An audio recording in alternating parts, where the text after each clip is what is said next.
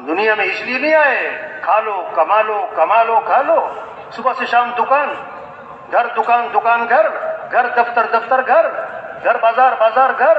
ٹھیک ہے دکان کرنی ہے، منع تھوڑا ہے، دفتر کاروبار منع نہیں ہے، لیکن بھائی ایک حد ہوتی ہے.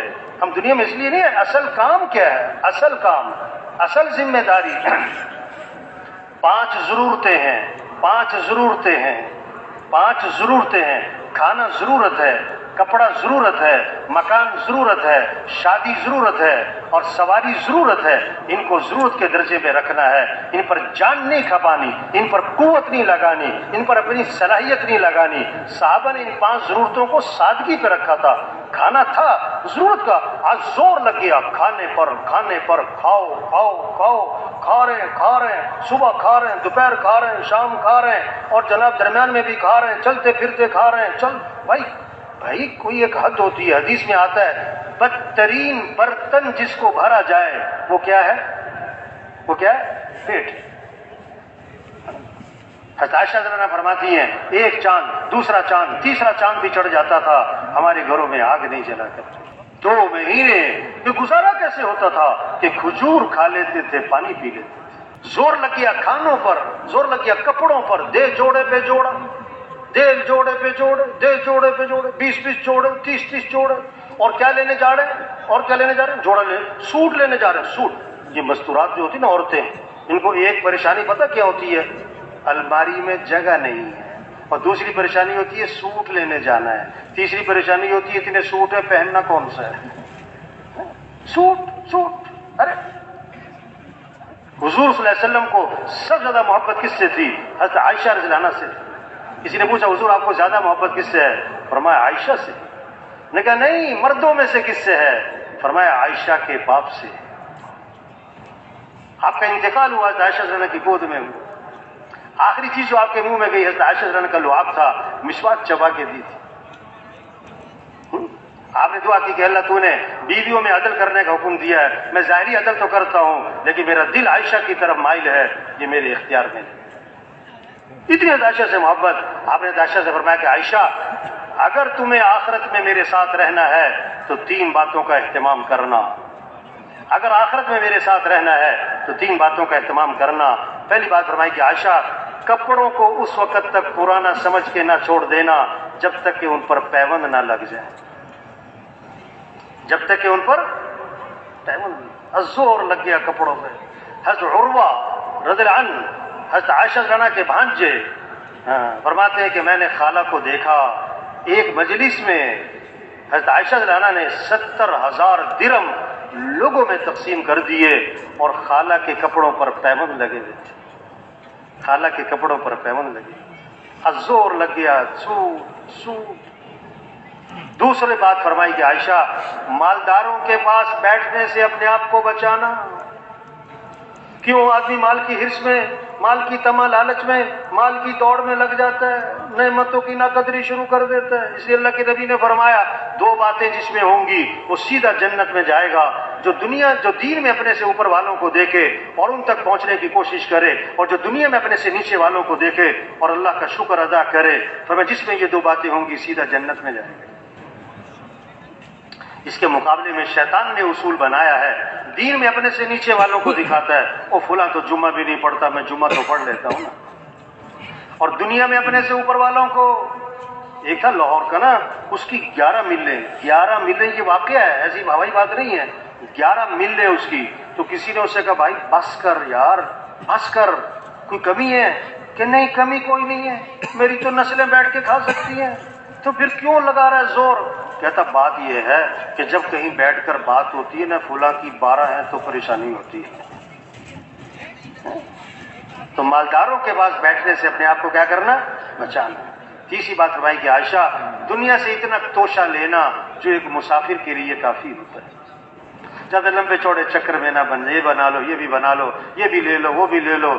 نہیں، ضرورت کی چیزیں. حضور صلی اللہ علیہ وسلم کے گھر کیسی عجیب بات.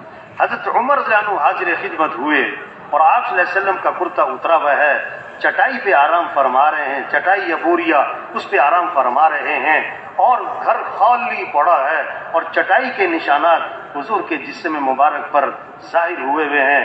حضرت عمر نے جب یہ حالت دیکھی اللہ کے نبی کے گھر کی تو آنکھوں میں آنسو آ گئے اور عرض کہ اللہ کے رسول دعا تو فرمائیں، اللہ کچھ وسعت فرما دے، یہ کیسر و کسرا اللہ کے نافرمان ہیں، اللہ نے کیا کچھ دے رکھا ہے۔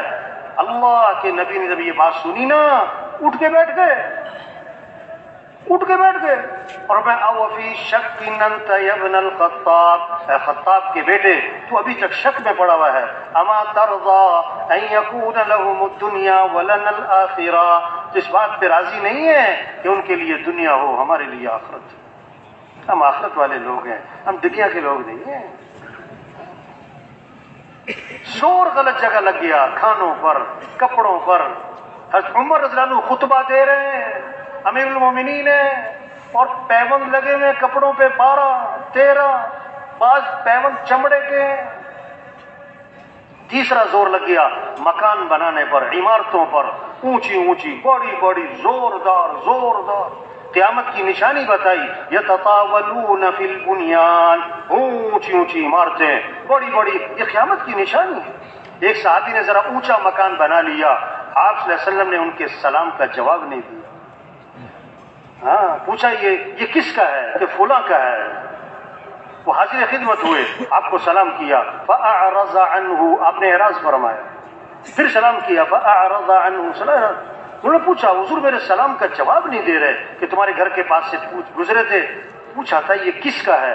سمجھ گئے اللہ کے نبی کو میرا گھر اچھا نہیں لگا ہے، واپس گئے، فہدمها حتى سواها بالارض، اس کو گرا دیا، زمین کے برابر کر دیا، اور یہ کارنامہ آگے سنایا نہیں۔ دوبارہ اللہ کے نبی کا کبھی گزر ہوا، پوچھا ما فعلت القبہ، وہ قبہ نما مکان تھا وہ کدھر گیا؟ صحابہ نے سارا قصہ سنایا۔ اس موقع پر اللہ کے نبی نے فرمایا کل بناء وبال على صاحبه الا ما لا، ہر تعمیر کرنے والے پر وبال کا باعث بنے گی سوائے اس تعمیر کے جو ضرورت کی ہو، اور ایک روایت میں آتا ہے آپ نے فرمایا اذا لم يبارك في مال العبد يجعله في الماء والطين، جب کسی کے مال میں برکت نہیں رہا کرتی نا تو تعمیرات پر لگا کرتا ہے۔ زور لگ رہا ہے غلط، کھانوں پر، کپڑوں پر، تعمیرات پر۔ چوتھا زور لگ گیا شادیوں پر، 2 سال تیاری ہو رہی، 3 سال تیاری ہو رہی، بھئی تمہاری شادی کی بات تو طے ہو گئی تھی، ابھی تک شادی کیوں نہیں ہوئی؟ کہ جی ابھی تیاری مکمل نہیں ہے۔ تیاری کیا تیاری بھائی؟ شریعت کا مزاج شادی، سیدی شادی کیا ہو؟ شادی ہو، سستی ہو، آسان ہو، جلدی ہو۔ شیطانی مزاج ہے، شادی مہنگی ہو، مشکل ہو، رواج کے ساتھ ہو اور تاخیر کے ساتھ ہو۔ شادی میں 2 چیزیں ہیں، نکاح اور ولیمہ۔ نکاح کے لیے بہتر ہے مسجد میں ہو، حدیث میں آتا ہے نکاح مسجد میں کیا کرو۔ نکاح کہاں کرو؟ مسجد میں کرو، اور نکاح کی تشہیر کرو۔ اور ولیمہ ہے، آپ صلی اللہ علیہ وسلم کا ولیمہ ہوا، آپ نے صحابہ کو کھجوریں کھلائیں، ولیمہ ہو گیا۔ ایک ولیمہ ہوا، آپ نے سارے مدینہ منورہ کو کھانا کھلایا، یہ مالداروں کو راستہ دیا۔ اگر زور دکھانا ہے تو کیا ہے، ولیمے پہ سب کو بلاؤ، لیکن ایک بات آپ نے فرمائی، بدترین ولیمہ ہے جس میں مالداروں کو بلایا جائے اور غریبوں کو نہ بلایا جائے۔ شادی میں دو چیزیں ہیں بھائی، شادی ہو، سستی ہو، آسان ہو، جلدی ہو۔ اب زور لگ گیا، شادی کے موقع پر ایک فہرست بنا کے بیٹھ جاتے ہیں، یہ بھی کرنا ہے، یہ بھی کرنا ہے، یہ بھی کرنا ہے، یہ بھی کرنا ہے، یہ بھی کرنا ہے۔ ان سے پوچھو بھائی یہ سب کچھ کیوں کرنا ہے؟ پتہ کیا جواب دیتے ہیں؟ یہ سب کچھ کرنا پڑتا ہے۔ تو یہ جواب ہے، یہ سب کچھ کرنا پڑتا ہے۔ ان سے پوچھو یہ سب کچھ کیوں کرنا پڑتا ہے؟ پتہ کیا جواب ملتا ہے؟ آپ کو پتہ نہیں ہے، کرنا پڑتا ہے۔ یہ کوئی جواب ہے؟ زور لگ گیا۔ حضرت عبد الرحمن بن عوف رضی اللہ عنہ کی شادی ہوئی اور حضور صلی اللہ علیہ وسلم کو پتہ بھی نہیں۔ آپ نے ان کے کپڑوں پر ایک خوشبو لگی دیکھی، فرمایا عبد الرحمن یہ تمہارے کپڑوں پہ خوشبو کیسی لگی ہے؟ عرض کہ حضور تزوجت، میں نے شادی کی ہے۔ اللہ کے نبی نے ولیمہ کر لینا، چاہے ایک بکری ہو، ولیمہ کر لینا۔ 5واں زور لگ گیا کس پر؟ سواریوں پر۔